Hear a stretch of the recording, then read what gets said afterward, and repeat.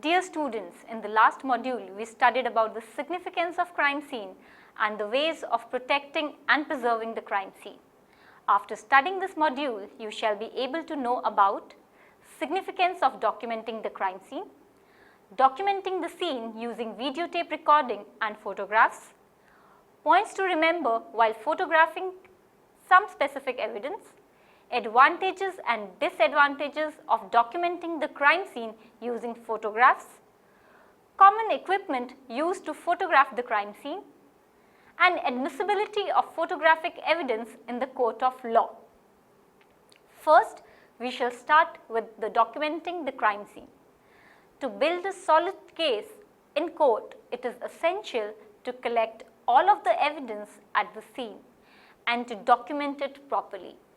If the evidence is located properly and the investigator failed to document it properly, the evidence may end up being worthless in court. Documentation of crime scene is the very vital and time-taking task. The scene of crime can be documented in many ways, including using videotape, photography, etc. The crime scene is documented in order to first, to have information about the original scene and linked places. Second, to have a record of preliminary form of physical evidence. Third, it will give investigators permanent pictorial record of the scene for after use. Fourth, documentation is also used in court trials and hearings. The documentation displays the evidence in relation of the scene of crime. It allows restoration of the corpus delicti. It assistances for creating and maintaining the chain of custody. At each crime scene, there are two general queries for the crime scene officer. How will you discover the evidence and how will he appropriately document it once it is found? While documenting a crime scene, the crime scene officer must record the following information like who, what, where, when, how, and why. The documentation of crime scene can be covered by three procedures as stated under. Ideally, all three methods must be used. First is video recording and photography. Second is sketches and third is notes. Here only the significance of documentation of crime scene using video recording and photograph is discussed. Whether a video camera is available or not, it is always necessary to take still photographs in order to document the crime scene. If a video camera is accessible, then pictures will be the second step in recording scene of crime, and if a video camera is not available, then still photography would be the first step. Now, documenting the scene using videotape recording. It is very common observing medium in representative the assembly of the crime scene and how the evidence associates to the crime. Prior to taping, the camera quality must be cleared of all personnel. That taping is to be initiated in order to avoid any kind of unwanted noise. Once the video camera started recording, it must not be halted till the taping is finished. While videotaping the crime scene, the following points must always be kept in mind. First, the video camera should have a fully charged battery. The fundamental for good recording is slow camera movement. The taping should start with an overall outline of the scene and surrounding area. The video camera would have date and time videotape display functions. The condition of the scene should remain unaltered. The taping should remain all over the crime scene by wide angle, close-up and even macro, that is extreme close-up, shots to determine the outline of the evidence and its relevance to the crime scene. The markers placed by the investigators and any lights turned on during the walk through can be noted on the audio portion of the tape. Keep around 15 seconds of blank tape. after the taping is complete to prevent the crime scene tape from running into anything else previously recorded on the tape. The tape after then shifted to a good quality master tape. The footage tabs must be detached from the master tape after shifting the crime scene tape, and the master should be stored in a safe place in order to prevent accidental erasure of the crime scene tape. If required, reproductions can then be prepared from the master tape. The widespread videotape is being applied in crime scene investigation in recent times, but some disadvantages are also there along with advantages of videotaping. First, the advantage: it provides an in-person view of the scene as well as of the evidence. Disadvantage: a person can never move too slowly when videotaping. Yet, it is also too easy to move the camera fast without realizing it. That's why videotaping is not ideal for viewing details. Next advantage is it permits for a continuous narrative of the crime scene investigator, especially during primary walkthrough and subsequent reconstruction of the crime. Now we shall discuss documenting the scene using photographs. Photographs and videotape demonstrates the similar kind of things, but photographs from the crime scene can also be used in direct comparison to situations. For example, one-to-one photographs, also called as real-size photos, can be used to match fingerprint or shoe prints snapped at the crime scene to unknown or known fingerprints shoe print from a suspect. While photographing the scene, first take enough photographs. It is quite usual to take 200 to 400 photos of a major crime scene. Take only those pictures which are relevant to the case, because everything photographed goes to the defense, so don't photograph anything inappropriate. Nearly every form of camera with suitable lenses and setup of 35 mm or greater is used in crime scene photography. The lenses of camera must comprise a 28 mm wide angle lens, a normal 55 mm lens, and a lens with macro capabilities in the ratio of 1:4 or better with this.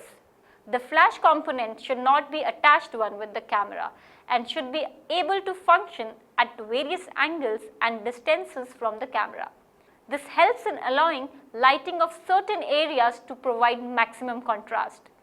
Place the flash in difficult to reach areas and reduce flash wash out, which can render the item photographed invisible. For one-to-one photography, a tripod, a level, and a small ruler must also be accessible. It can be of assistance to the examination to have a Polaroid camera handy for instant photographs. The photography of the crime scene must start with wide-angle photos of the crime scene and surrounding areas. The pictures of complete scene should show the layout of crime scene and the overall spatial relationships of the various evidences to each other. In indoor photography, the altogether four corners of the room should be photographed to show its overall arrangement. One set of photos should be of medium range to display the associations of individual portions of evidence to other pieces of evidence or structures in the crime scene. The significant parts of evidence must be photographed by taking close-up photos. What the investigator is capturing or desires to demonstrate in each photograph must be noted. This prevents the investigator from taking the photo back at a later date and trying to sort out what he was trying to achieve with the photograph. The sequence must be sustained while photographing the same areas. The photographer should take a methodological and logical sequence of photographs. The pictures of victims and individuals in the mob nearby the scene must be photographed. Take photographs that cover all viewpoints of the scene, which shows an inclusive vision, a medium vision, and close-ups. Close-up photos must comprise a scale that will relate with the article number used on the evidence custody sheet. The photographer must take pictures of evidence as it is collected and should keep a log of his photos. The photographer must create a photo log which includes date and time, camera settings, film roll number and exposure number or file name and exposure number, type of shot, distance to the subject and brief description. After photographing all of the evidences, collect the evidence and prepare the evidence custody sheet. It's a report which documents all of the evidences. Evidence custody sheet comprises each piece of evidence along with its item number. The item number for each piece of evidence must correspond with the number found on the photograph of the item and the number entered on any evidence collection bags, etc. What was done with it, where it was found, etc. The original digital images must be archived and copies should use to work. Now we shall discuss about photographing of specific evidences. Types of evidence. Fingerprints. First, before lifting fingerprints on major cases, if the latent may be destroyed when lifting to bring out the details in a latent fingerprint. Second type of evidence is impressions such as footprints and tire tracks. Take an orientation photograph to show where in the scene the impression is located and also take a close-up for the details. Next type of evidence is blood stains. Use color film, orientation photographs to show locations of blood stain evidence at the scene. Take close-up photographs to show details. Use a scale on the same plane as in the blood stain. Keep the film parallel to the plane of the blood stain. Next type of evidence is death scene including a corpse. Take at least 200 to 500 shots from every possible angle of view. Take photos to show body's location and position relative to the whole crime scene. Take close-up photos of injuries and weapons lying near the body. And after the body is removed, photograph the surface underneath the body. Now we shall discuss about the advantages and disadvantages of documenting crime scene using photographs. First, the advantages. They can be taken immediately. They accurately represent the crime scene and the evidence. They create interest and increase attention of the testimony. Now the disadvantages of photographs. They are not selective. They do not show actual distances. They may be distorted and damaged by mechanical errors in shooting or processing. Now we shall see what are the different photographic equipments that are required. There are many types of photographic equipment available in the market. Some of the common photographic equipments mentioned are digital camera, instant print camera, fingerprint camera and video equipment. There are many kinds of photography carried out for several reasons.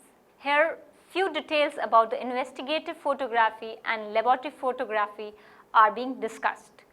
Types of investigative photography: surveillance photography, aerial photography, night photography, laboratory photography, mug shots and lineup photographs. Now the types of laboratory photography. These are microphotography. It takes pictures through a microscope. Then is macrophotography. It enlarges a subject before photography. Laser beam photography. It reveals evidence indiscernible to the naked eye. Ultraviolet light photography. It uses the low end of the color spectrum to make visible impressions of bruises and injuries long after their actual occurrence. Now we shall know about the admissibility of photographic evidence in the court of law. Three major points of qualification of a photograph in the court. First, object pictured must be material or relevant to the point in issue.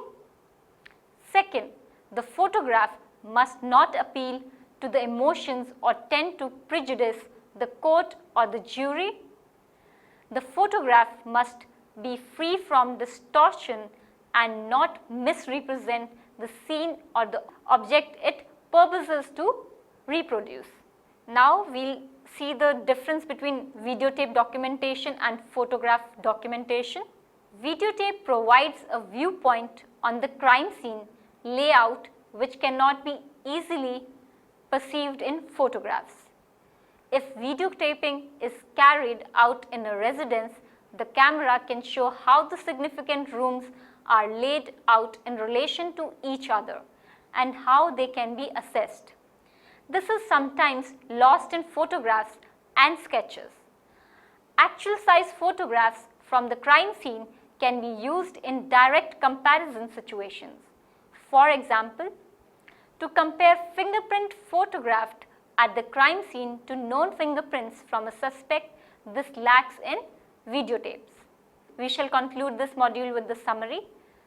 Documentation of crime scene is done to record the original scene and related areas, the initial appearance of physical evidence to provide investigators and others with this permanent visual record of the scene for later use and for use in court trials and hearings. The documentation shows the evidence in the context of the crime scene, allows reconstruction of the corpus delicti, and helps to create and maintain the chain of custody. Photographs and videotape demonstrates the same type of things, but photographs can also be used in direct comparison situations. For example, to compare the questioned known fingerprints or shoe prints. Take photos to show body's location and position relative to the whole crime scene. Take close-up photos of injuries and weapons lying near the body and after the body is removed. Photograph the surface underneath. To qualify photographic evidence in court, the object pictured must be material or relevant to the point in issue. The photograph must not appeal to the emotions or tend to prejudice the court or jury. And the photograph must be free from distortion and not misrepresent the scene or the object it purposes to reproduce.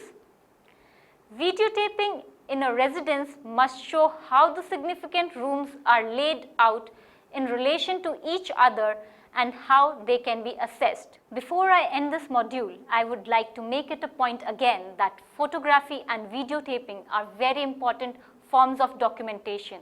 So this should not be missed while making a documentation of the crime scene.